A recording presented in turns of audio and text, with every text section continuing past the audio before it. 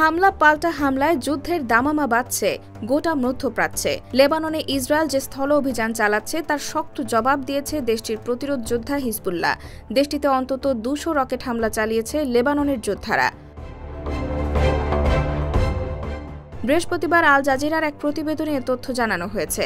Israeli সেনাবাহিনী জানিয়েছে গত 24 ঘণ্টায় অন্তত 200 রকেট ছুড়েছে লেবাননের প্রতিরোধ যোদ্ধা হিজবুল্লাহ। তবে এতে ক্ষয়ক্ষতির পরিমাণ জানানো হয়নি। এর আগে বুধবার ইসরায়েলি প্রতিরক্ষা বাহিনী জানিয়েছে ইরানের বিমান হামলায় বিমান, ড্রোন বা গুরুত্বপূর্ণ অবকাঠামোর কোনো ক্ষতি হয়নি। তবে ইসরায়েলি মিডিয়া জানিয়েছে বিমান ঘাঁটিতে হামলা চালিয়েছে ইরান, সেখানে ব্যাপক ক্ষয়ক্ষতি হয়েছে। ইসরায়েলি সংবাদ মাধ্যমের তথ্য মতে আইডিএফ জানিয়েছে শার্পনেলের আঘাতে 2 জন বেসামরিক লোক আহত হয়েছে। তবে হামলার ফলে বড় ধরনের কোনো ক্ষয়ক্ষতি হয়নি।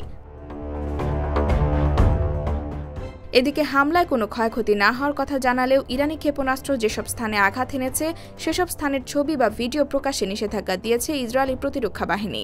ফলে অনেক কিছুই প্রকাশ্যে আসছে না।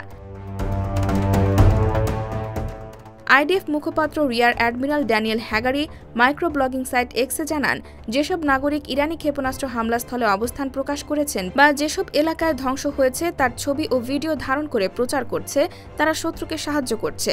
ইসরায়েলকে রক্ষার দায়িত্ব তার নাগরিকদের হাতে। ইসরায়েল কোনো ছবি বা ভিডিও প্রকাশ করবে না। এদিকে যুক্তরাষ্ট্রের সংবাদ মাধ্যম সিএনএন হামলার ভিডিও বিশ্লেষণ করে জানিয়েছে নেভাতিম ঘাঁটিতে অন্তত কয়েক ডজন মিসাইল ছুড়েছে ইরান, যেগুলো একের পর এক ঘাঁটিতে আঘাত হানতে দেখা গেছে। ইরান দাবি করছে এই হামলায় ইসরায়েলের বেশ কয়েকটি F-35 বিমান ধ্বংস হয়েছে, যদিও ইসরায়েল এটা মানতে অস্বীকার করছে। IBTV USA, new York.